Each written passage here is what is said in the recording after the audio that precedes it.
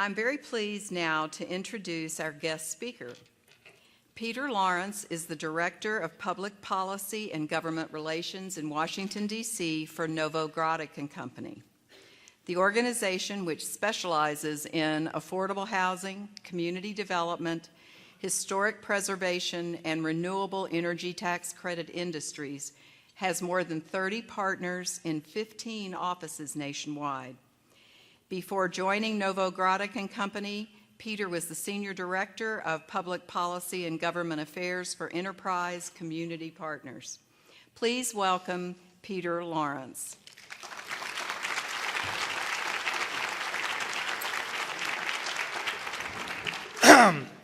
Thank you, Kathy, for inviting me, and thank you all for doing the fabulous work you do for the citizens of Kentucky. It is a great pleasure for me to get out of Washington, D.C.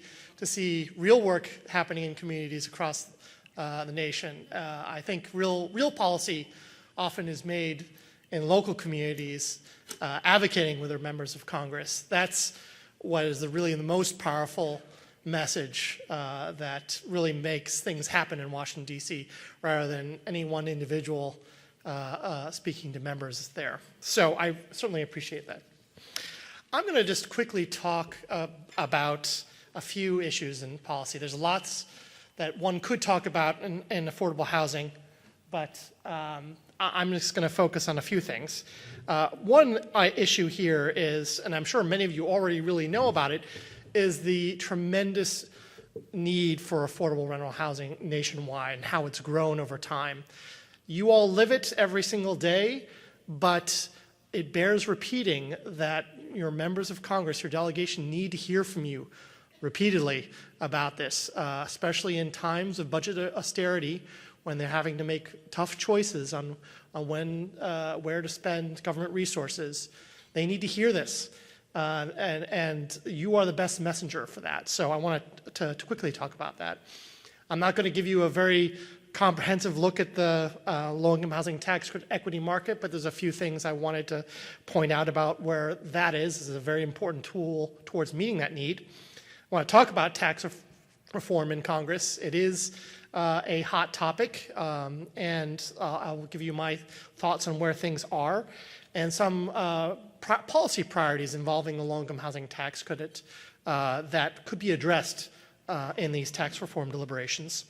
And I'm going to very briefly, if I have time, to talk about where things are on HUD spending and a potential great new resource that's coming down the pike, and that's a national affordable housing trust fund. So let me first talk about need. There is, unfortunately, over the recent past, and it's been growing over time. This is not something that's been sudden. It's been something that sort of crept up on us that we've all known about, but it's gotten much, much worse, and that is the need, the crisis we have. We have increased rental demand because there are more people that are choosing to rent. This is a result of many millennials deciding to rent and wait before choosing home ownership. This is a result of many baby boomers deciding to downsize and either near retirement or at retirement into rental housing. And so you have a lot more people competing for the same amount of rental units that are available. We have a variety of budget cuts associated with affordable housing happening on the federal, state, and local levels. It varies, of course, from location to location, but the general trend, especially in the federal budget, is a reduction in resources. We have stagnating incomes that we've seen among renters, especially low-income renters. They're just, despite the many efforts that policymakers are trying to do to increase that, we just haven't seen in the data any increase in incomes there. And also, there has been an actual loss of units in the low-income stock. About 13% of the stock that was available in 2001 has disappeared for a variety of reasons, through obsolescence or for demolition or to conversion to market rate. So what does this all mean? This means that we have record levels of on affordability. Half of all U.S. renters, that's of all income types, are spending more than 30% of their income on housing. That is the general level that's considered affordable given all these various other budget pressures on the typical household income. Over a quarter of all the U.S. renters, again, regardless of income, are spending more than 50% of their income on housing. That, when you get to that level, there are serious trade-offs that are really limiting and damaging the prospects of your ability to move forward in life, where you have to decide whether to pay rent or to pay prescription drugs, to pay rent or to be able to afford the bus fare to work, or fix the car that takes you to work. There are a lot of really challenging trade-offs that, again, all you know about this, but the statistics there are pretty troubling. A few other stats that I think are worth noting, and that is nationally the gap of affordable housing homes and the extremely low-income families that are looking for them is 8.2 million units.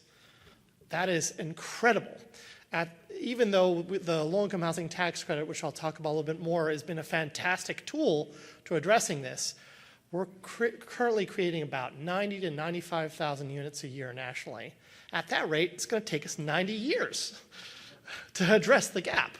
Now, that gap doesn't necessarily is static. I mean, obviously, as incomes increase and the rental markets change, that might change. But it suggests we have a huge task in front of us.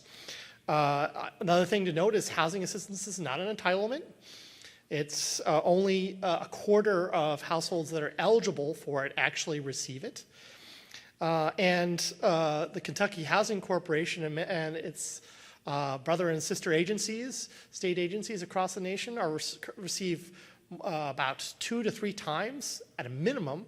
Often, in reality, it's a lot more than that because many of you decide not to make worthy applications given the long odds it is to get low-income housing tax credit allocations and the expense of that. But even despite that, there's a 2 to 3 demand imbalance.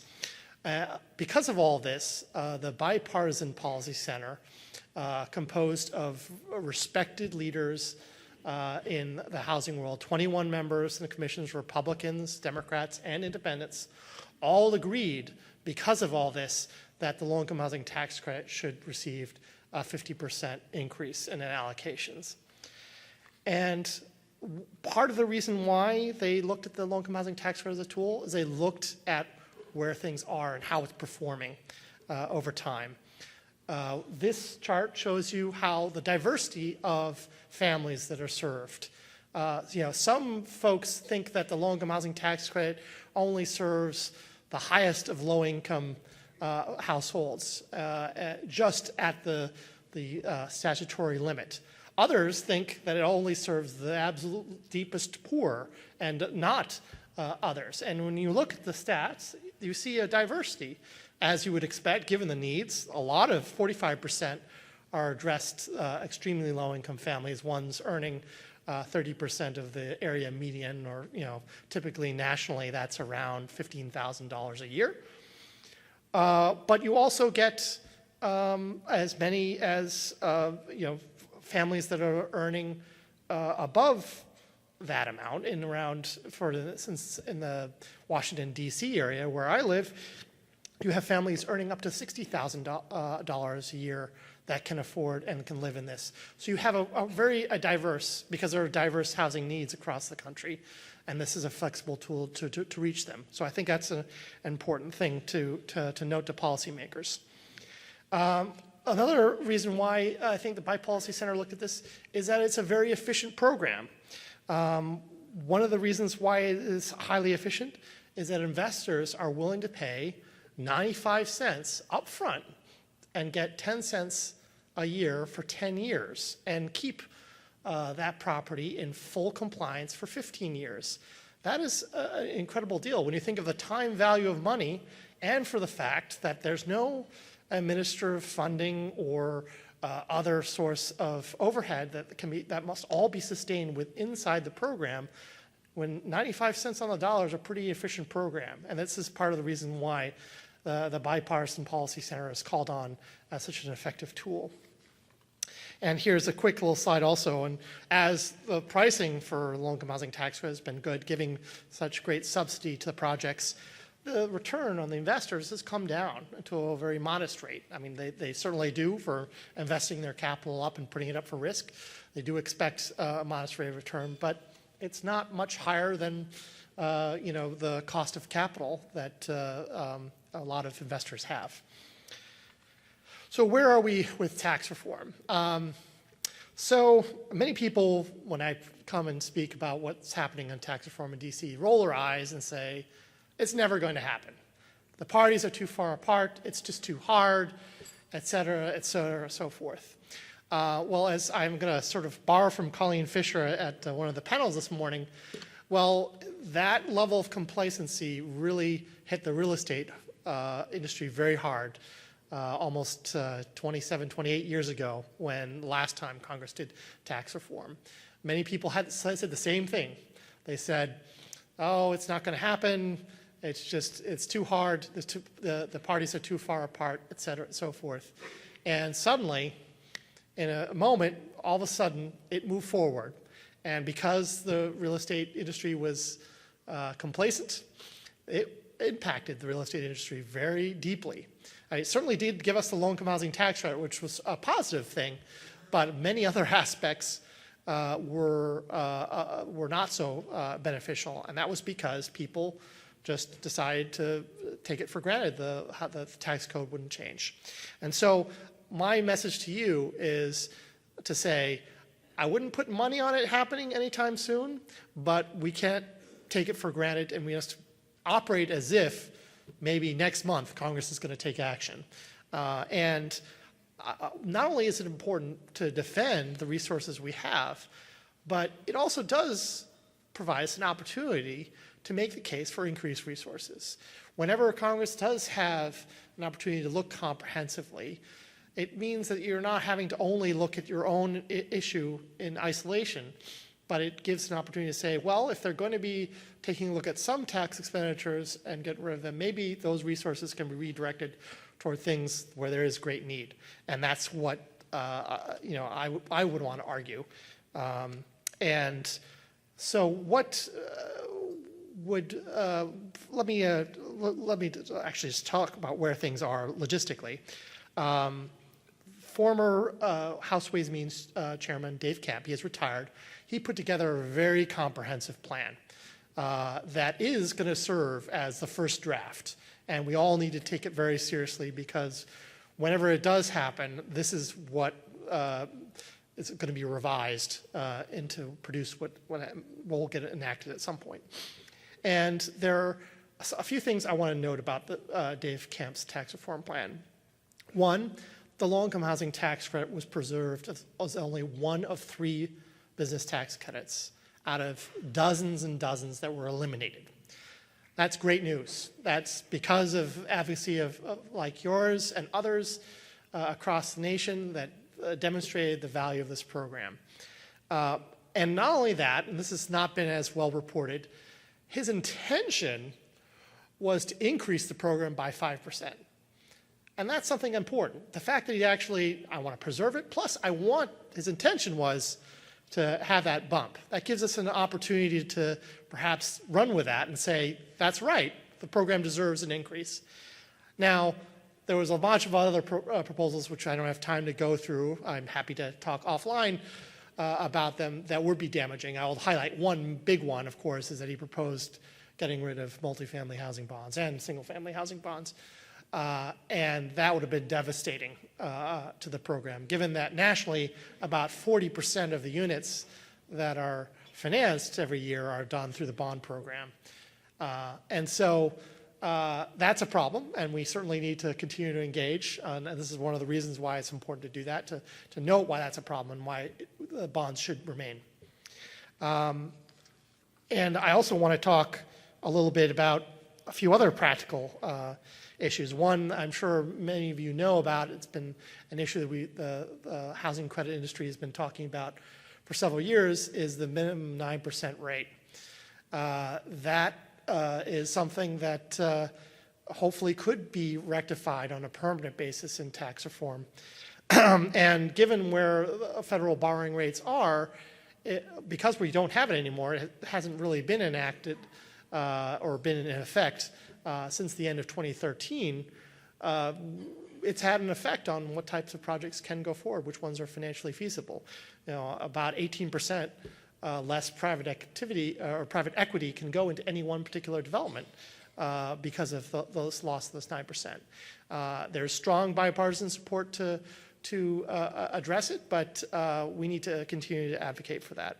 And a few other things that we need to keep an eye out on is the tax reform proposed extending rental depreciation from 27.5 years to 40 years. That has an impact on the ability to the housing credit to raise equity. And also a reduction in the corporate tax rate from the current 35% to, say, 25%, which was proposed by Congressman Camp. That would also have an effect. And we need to make sure members of Congress and senators are aware of those effects. So what is the industry trying to do to address this opportunity and to defend what we have and push forward on getting more? These are the main priorities, the general consensus, I think, that are beginning to emerge as the tax reform debate goes forward. One, we've got to preserve what we've got. And that's the left column there. And that just to make sure it's both the 4% and 9% program, it's making sure we still have bonds, it's keeping the current depreciation, and say, obviously, if tax reform goes forward, that probably means the corporate tax rate is going to go down. There should be some sort of compensating proposal so that we can still maintain the same level of resources going towards the housing credit as a result. And then let's talk about increasing resources. There's two ways one could do this. It could be through a straight per capita allocation increase. Right now it's $2.30. There should be some, obviously we're not going to be able to increase it to a level to really get those tremendous needs statistics I gave you, but we should take at least steps towards addressing it. And another idea is to give the Kentucky Housing Corporation an ability to decide on their own discretion to convert some of their private activity volume cap into 9% credits. And that would be a less costly way of being able to increase 9% allocations. And there are a number of other smaller, more technical ideas that we've heard across the nation that advocates like you have put forward. And we talk a little bit about it in the Journal of Tax Credits. Michael Novograd had a column on this, and I also want to encourage you all to submit ideas of your own. It's not too late. The debate is still going forward, and if there is momentum towards doing these changes, we might be able to get other things to sort of catch a ride on that train. Who are the key folks in Congress that are supporting the low-income housing tax credit? Well, one, mentioning Hal Keller, his local congressman, Pat Tiberi in Columbus, Ohio, is probably the biggest supporter of the low-income housing tax credit. And he has sponsored legislation along with his often partner, Richie Neal from Western Massachusetts. And then in the Senate, we have Senators Maria Cantwell and Roberts, who are also very big advocates, and we're looking towards them to lead the charge on protecting what we have and perhaps modestly seeing if we can increase resources. And on a practical level, if you ever are coming to DC or you're meeting with congressional, if you can go back to the next slide, sorry. The bill that you want to talk to your member of Congress about is Congressman Tiberi's bill, H.R. 1142, which would make the minimum rates permanent. And we wouldn't have to be in this limbo where we have to wait till Congress decides to extend the policy at the last moment. And I'm running, I know I'm running out of time a little bit, but I wanted to quickly go over, we do have a slide, and these slides will be posted on the Kentucky Housing Corporation website after the session. But here's a quick snapshot of where things are in HUD spending, what the President has proposed. Unfortunately, given the budget environment, I would not count on the President's request actually materializing. I'll just point out one key item on this that jumps out, and that is the project-based Section 8. Due to what Congress did for this current fiscal year, it's shifted from its old policy to what they call a calendar year funding cycle. And that didn't actually really save any real money. All it really is shifted. It's more of an accounting measure. But what that does mean is that there needs to be a substantial bump just to make sure you're serving the existing families in project-based Section 8. And that, given the very tight budget environment with statutory budget caps, is going to be very, very difficult to advocate for. And I just want to emphasize, I think, the value of making sure your member of Congress knows why that's important. Again, they didn't save any money. This is really just making sure the same level of resources are going to serve families currently served in the program. And then lastly, there is the Housing Trust Fund. This is not coming anytime soon. At the earliest, we would expect it somewhere in mid-2016, but it's exciting in that it is the first new source of capital for affordable housing that Congress has created in many, many years. And it's going to be probably fairly modest at start. On the next slide here, here's just the stats on how it got started most recently. This is the key slide that I want to point out. The low level that estimates, given that the Housing Trust Fund is funded by the amount of annual purchases that Fannie and Freddie make, we have on the low side an estimate that could be is $120 million for the Housing Trust Fund. And at a level of that national allocation availability is going to be a challenge, given that the statute says each state gets a minimum of $3 million, and given that DC and Puerto Rico are treated as states for this purposes. So you need $156 million to be able to get that. So HUD's going to have to sort that out if this level materializes, given on where Fannie and Freddie are right now. It could be as high as estimates that folks originally thought what Fannie and Freddie would do is as much as that would result in $500 million in the overall pot, 325 of which could go to the Housing Trust Fund. And in that circumstance, each state would get differing amounts given the need for affordable rental housing in each state. And our current estimates are a little bit lower than that. This is a dynamic number. Obviously every quarter Fannie and Freddie report what they've done, and so this changes. So I wouldn't necessarily count on that as being a rock solid number, but this is what we're at least hopeful that this is where things might end up in the amount of resources. So we have many more details about what the Housing Trust Fund, how it will operate. There's a current article in our edition of the Journal of Tax Credits talking about how it would operate, and we detail some of the rules that HUD recently released on our Novogradac blog. So I encourage you to take a look at all of those various different resources. You can subscribe to those online. I know I probably don't have any time for questions, but if there are, I'm more than happy to answer them. Thank you, Kathy. Would someone have questions they would like to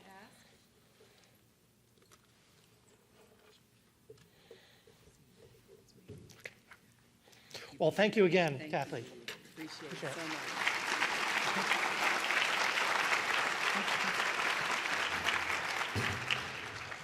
Peter indicated he would be around here just for a few minutes after. If you'd like to have a more personal conversation with him, please feel free to do that.